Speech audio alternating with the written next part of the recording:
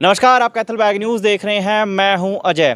फिलहाल कैथल की राजनीति में एक ऐसी अपडेट मिलने वाली है जिसका इंतज़ार शायद किसी को नहीं था, और एक ऐसी चीज़ थी शायद जिसको किसी को पता भी नहीं था। फिलहाल जजपा नेता पालाराम सैनी मेरे साथ मौजूद हैं और इसी के साथ साथ इनकी भूमिका समाज सेवी के रूप में भी है। लेकिन आज इनके मार्फत से एक ऐसी घोषणा होने जा रही है, फिलहाल आपको भी उसके लिए सब्र रखना पड़ेगा। पहले तो बहुत बहुत स्वागत है सर आपका। नमस्कार भाई साहब।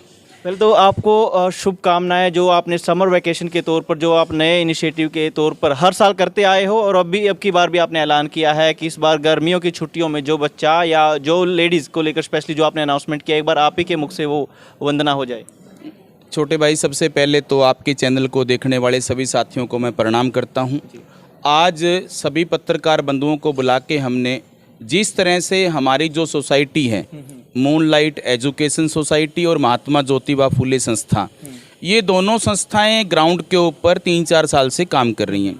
जैसे पीछे हमने 2-3 हज़ार बेटियों को एनटीटी, बेटों को कंप्यूटर का डिप्लोमा, महिलाओं को पार्लर का डिप्लोमा, सिलाई का डिप्लोमा जो हमने करवाया है, तो आज दोबारा फिर हमने घोषणा करी है, हम अपने स्कूल के अंदर दोबारा फिर से एनटीटी का, कंप्यूटर का, पार्लर का, सिलाई का ये डिप्लोमे सारे के सारे फ्री ऑफ कॉस्ट करवाएंगे गरीब परिवारों को, मीडियम परिवारों की महिलाओं को, हमारी बेटियों को, बहनों को। ये सभी कैथल हल्के से होने चाहिए? पूरे कैथल हल्के से होने। गाँव से भी हो कोई? हाँ, कैथल हल्के में जो गांव हैं हमारी बेटियां आ सकती हैं। एक बार एलिजिबिलिटी क्राइटेरिया का और जिक्र कर दीजिए।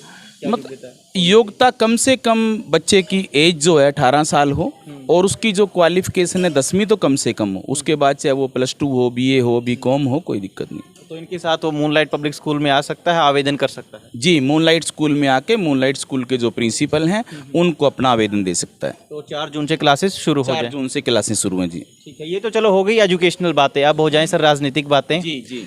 अभी भविष्य क्या तलाश कर रहे हैं? हमने सुना है कि जजपा के वरिष्ठ नेता या हरियाणा के उप मुख्यमंत्री दुष्यंत चौटाला जून के पहले हफ्ते में कैथल आएंगे, और लगातार ये उनका शायद 5वां या 6ठा दौरा है, और कैथल जिले को इस तरीके से वो देख रहे हैं शायद यहाँ से वो रिप्रेजेंटेशन करें या आने वाले 2024 के विधानसभा चुनाव में यहाँ से प्रतिनिधित्व भी करें MLA की सीट को लेकर। लेकिन आप ऐसे में इस चीज़ को कैसे देखते हैं? छोटे भाई, दुष्यंत चौटाला जी हरियाणा के जो डिप्टी CM हैं कैथल में आ रहे हैं, बट पूरी जानकारी मुझे नहीं है, ना मेरे पास पूरी की पूरी कोई रिपोर्ट है। वो कब आएंगे, कहाँ प्रोग्राम है, कहाँ उनके प्रोग्राम नहीं है, मेरे को कोई इसके बारे में जानकारी नहीं है। कोई संगठनात्मक तौर पर बातचीत हुई हो? नहीं, एक बारी पहले एक मीटिंग हुई थी, उसमें हम गए थे, उसके बाद हमारी कोई उनसे बातचीत नहीं हुई है। जो अभी जिलाध्यक्ष बने हैं रणदीप कौल जी, हमें नहीं पता कहाँ वो प्रोग्राम करवा रहे हैं, किस तरह के प्रोग्राम हैं, तो हमारी नॉलेज में कोई बातचीत नहीं है। लेकिन आप भी यहाँ से प्रतिनिधित्व करने के इच्छुक हैं कि MLA के लेकर अपनी भी दावेदारी आप ठोकरते रहे हैं हमेशा से, और इस बार भी आपकी तैयारी है। और हालांकि आपने शिक्षण सेवाओं के माध्यम से एक तरीके से रूपरेखा इसकी बनाई है, लेकिन क्या अब की बार अगर आपको जजपा के मार्फत ये मौका नहीं मिला तो आप क्या करेंगे? छोटे भाई, मैं अपनी बातों से जाना जाता हूँ।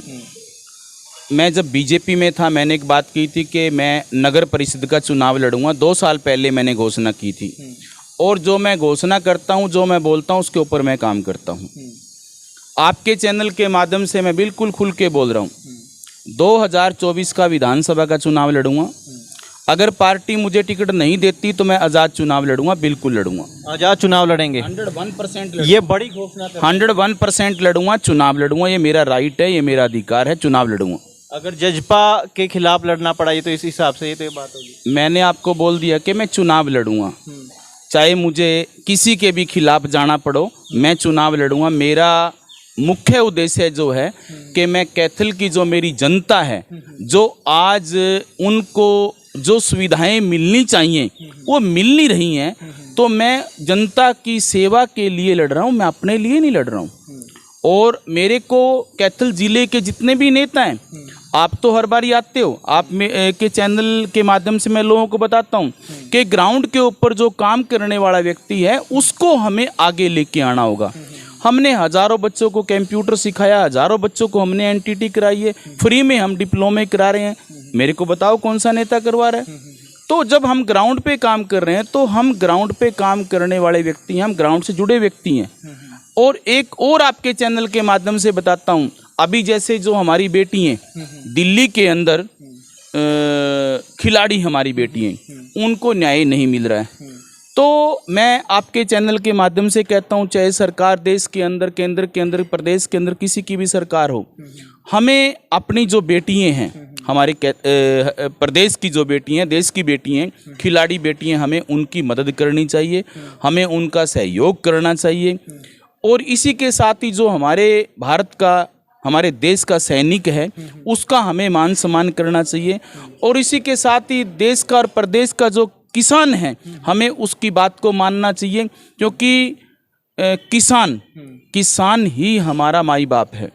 अगर किसान के खेत में अच्छी फसल होगी तो हम आगे बढ़ पाएंगे, हमारी पीढ़ियां आगे बढ़ पाएंगी और हमारा देश आगे बढ़ पाएगा। 28 मई की जो घटना थी, पूरा देश उसको देख रहा था, कई लोग भावुक भी हुए। क्या आप भी उस चीज़ों में थे? आप भी भावुक हुए? और जिस नाते आप ये फैसला ले रहे हैं, हालांकि संगठन से अलग ये फैसला है कि आज़ाद चुनाव लड़ेंगे।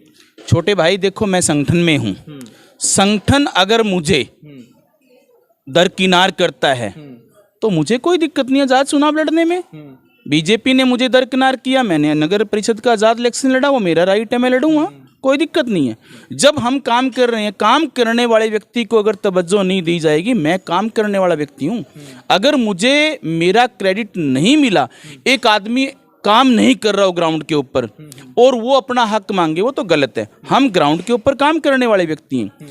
मैंने 21 जुलाई को जेजेपी का दामन थामा था। जेजेपी का दामन थामते यहाँ पे डिप्टी सीएम दुष्यंत चौटाला जी आई, हमने उनका भरपूर समर्थन किया, भरपूर हमने काम किया। उसके बाद श्रीमती नैना चौटाला जी जो बाडड़ा से विधायक हैं, तो उनका हमने प्रोग्राम किया आरकेएम पैलेस के अंदर। 1700-1800 महिलाएं हमने वहाँ पे इकट्ठी की।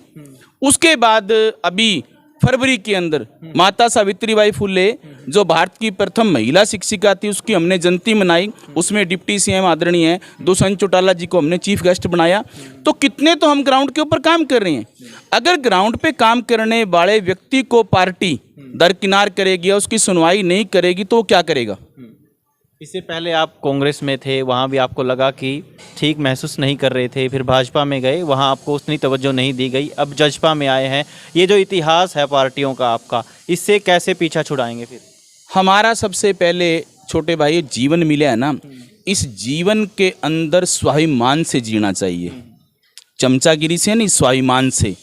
जहाँ स्वाभिमान मिले, जहाँ इज्जत मिले, वहीं पे हमें काम करना चाहिए।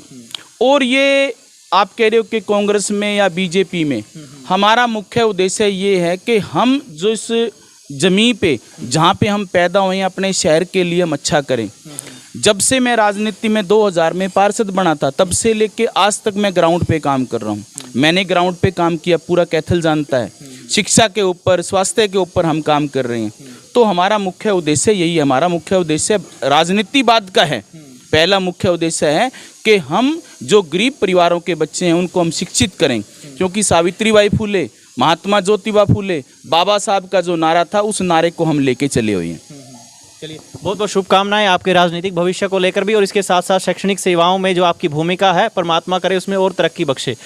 तो फिलहाल बालाराम सैनी ने एक बड़ी घोषणा की है कि अगर पार्टी उन्हें मौका नहीं देगी तो वो आज़ाद चुनाव लड़ेंगे 2024 का। तो ये बड़ी घोषणा है और कैथल जिले में हर एक के लिए ये बड़ी खबर है। तो इस खबर को शेयर करिए, लाइक करिए, कमेंट करिए और बताइए कि आपका इसको लेकर क्या सोचना है। फिलहाल कैथल बैग न्यूज़ के साथ इतना ही।